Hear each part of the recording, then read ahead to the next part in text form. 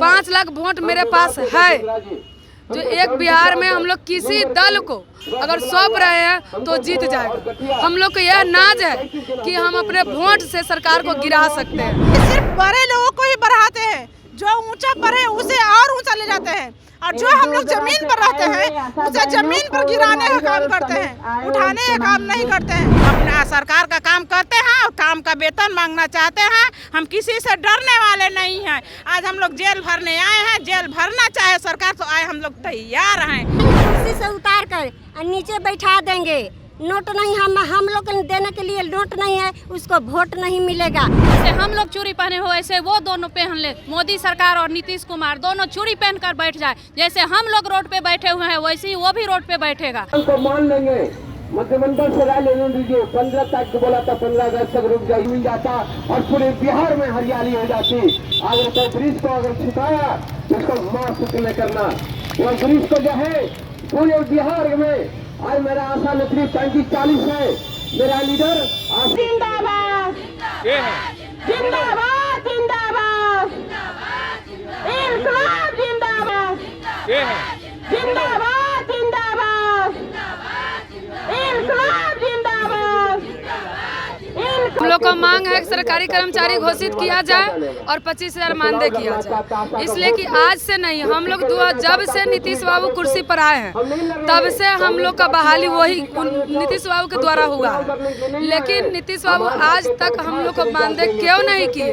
वो न खुल करके बोलते हैं और न हम लोग के बारे में कुछ सोचते हैं।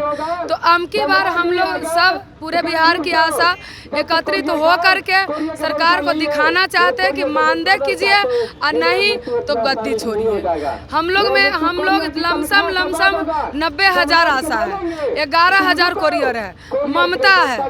तो समझ जाइए कि 5-5 अगर वोट काट लेते हैं तो 5 लाख से 10 लाख वोट हम लोग बिगाड़ सकते हैं। तो हम लोग निवेदन पूर्वक नीतीश बाबू को कहना चाहते हैं और सम्राट चौधरी जी जो नया उप मुख्यमंत्री बने हैं उनसे भी कहना चाहते हैं कि जब कुर्सी पर लोग नहीं रहते हैं तो लोग गरीबों की बात करते हैं, गरीबों की वोट से जीतने की काम करते हैं, और जब कुर्सी पर जाते हैं तो गरीबों की कहाँ मर रहा है, कहाँ कितना किसको मिल रहा है सुनने के लिए कोई तैयार नहीं है। तो यह गरीबी जो है, हम लोग बहुत गरीब वर्ग से आते हैं। आज तक हम लोग 19 साल से इस आशा के कुर्सी पर है।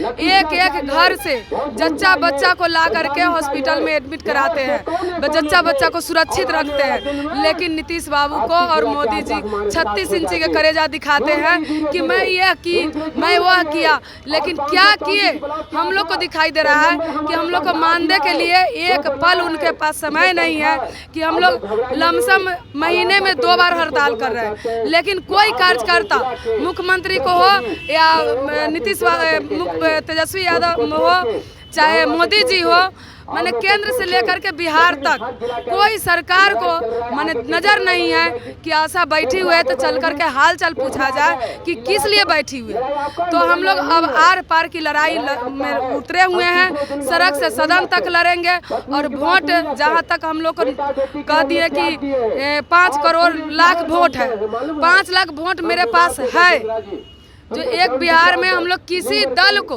अगर सौंप रहे हैं तो जीत जाएगा। हम लोग को यह नाज है कि हम अपने वोट से सरकार को गिरा सकते हैं। उतार कर नीचे बैठा देंगे। नोट नहीं, हम लोग देने के लिए नोट नहीं है, उसको वोट नहीं मिलेगा, उसको कुर्सी से हटा देंगे। हम लोग बहुत दिक्कत में हैं। इतना इस आशा हम लोग जूझ रहे हैं, रोड पर उतर रहे हैं कि हम लोग 15 साल से कमीशन पर काम कर रहे हैं। हम लोग को वेतन चाहिए, वेतन दीजिए, काम के बदला दाम दीजिए।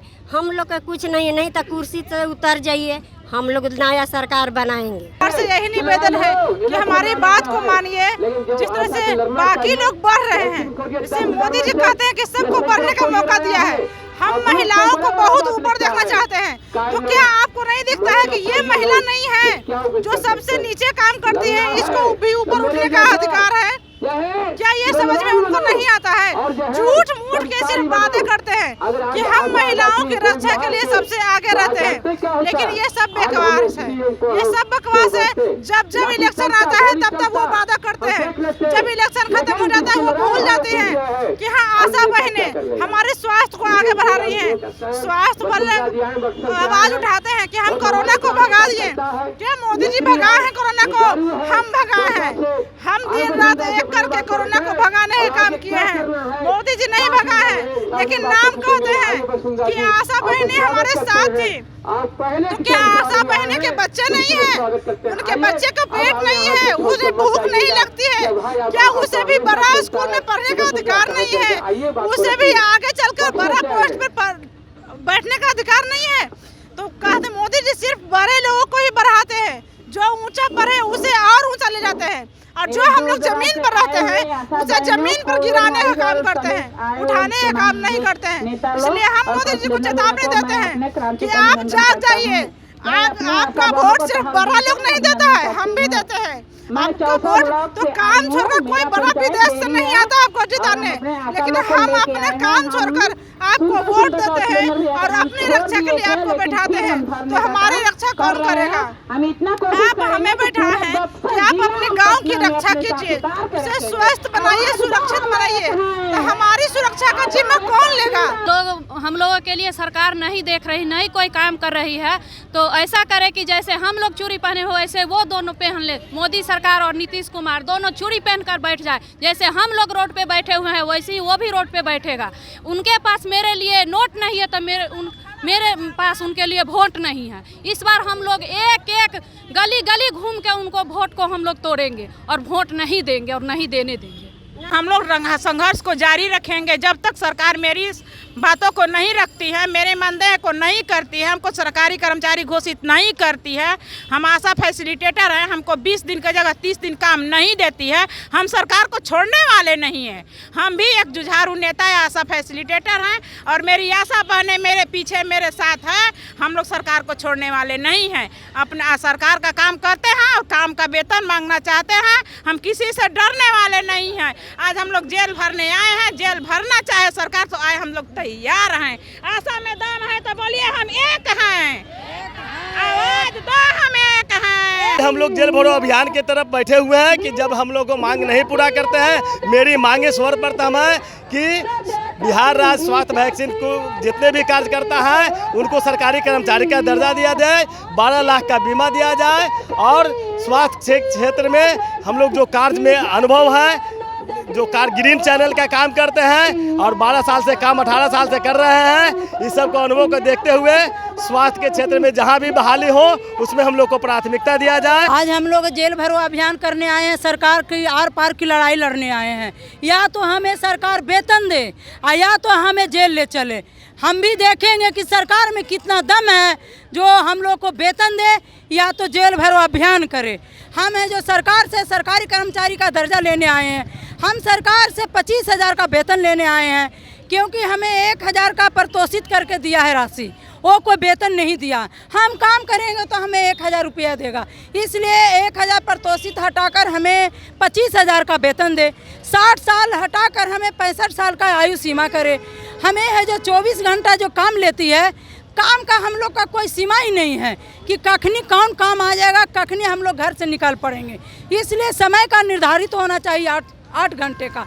हम लोग का भी सरकारी के तरह PF कटे, जो कि हम लोग जब जो 65 साल में हम लोग को सेवा से निवृत्त किया जाएगा तो उस समय हम लोग का पेंशन मिले, क्योंकि बुढ़ापे में हम लोग का सहारा एक पेंशन होता है, इसलिए हम लोग को पेंशन मिले।